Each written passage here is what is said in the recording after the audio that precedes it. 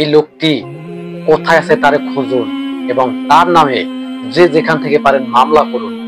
আর ওকে ধরাই দেওয়ার জন্য সবাইকে অনুরোধ জানাইছি। ও কি বলছে, আমাদের নবীদের সাথে বেদফি কি বলছে। নুরা পাগলা যেভাবে নুরা পাগলাকে কবর থেকে উঠিয়ে পোড়ানো হয়েছে, এভাবে নবী সাল্লাল্লাহু আলাইহি সাল্লামকেও বলে পোড়ানো হবে। এই এই জালেমটি বলছে। এই জালেমকে ওকে এমন ভাবে মারবেন, মারতে মারতে ওকে পৃথিবী থেকে বিদায় করে দিবেন। কেননা ও নবীর দুশমন, ও হইছে সেই মুনাফিক। অথচ নবীর সুন্নাত মাথায় দিয়ে এই সমস্ত কথা বলছে। আসলে আপনারা সঠিকভাবে তত্ত্ব করুন যে এই লোকটি কি আসলে সত্যি নবীজিকে নিয়ে কি এই সমস্ত কথা বলছে।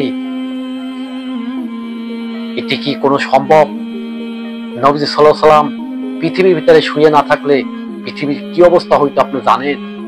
এই নবীজি সাল্লাল্লাহু আলাইহি সাল্লাম একমাত্র উম্মতের মায়ার কারণে এই দুনিয়া ছেড়ে সে যাইতে চায় নাই। আল্লাহ তাআলা রব্বুল আলামিন তাকে কিন্তু আরো সে আজিমে নিতে চাইছিল। নবীজি সাল্লাল্লাহু আলাইহি সাল্লাম যাইতে চান একমাত্র উম্মতের মায়ায়। সেই উম্মত আজকে কি বলছে শুনুন। নবীর কবর খুঁড়ে তার লাশকে পুড়িয়ে দেওয়া হোক নুরু পাগলা লাশের মতো। শুনলেন তো? আপনাদেরকে কিন্তু শুনাইতে বাধ্য হয়েছি। জানি না আসলে কি ঘটনাটা কি সত্য নাকি মিথ্যা। এটি সোশ্যাল মিডিয়ার ভিতরে ঘুরে বেড়াচ্ছে মানুষের সামনে সামনে যে নুরা পাগলার মতো যেভাবে নুরা পাগলাকে কবর থেকে উঠিয়ে পোড়ানো হয়েছে, এভাবে নবী সাল্লাল্লাহু আলাইহি সাল্লামকেও বলে কবর থেকে উঠিয়ে বলে পোড়ানো হবে।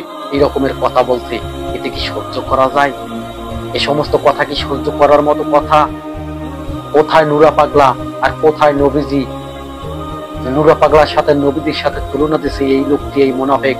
এই মুনাফিকের দেখে রাখুন এবং তার নামে যে যেখান থেকে আছেন সবাই মামলা করুন। না হয় ভয়াবহ অবস্থা ঘটেই যেতে পারে। এই লোকটি এইটি বলছে নুরা পাগলা যেভাবে কবর থেকে উঠিয়ে তাকে পোড়ানো হয়েছে, নবী সাল্লাল্লাহু আলাইহি সাল্লামকেও নাকি বলে এরকমের পোড়ানো হবে।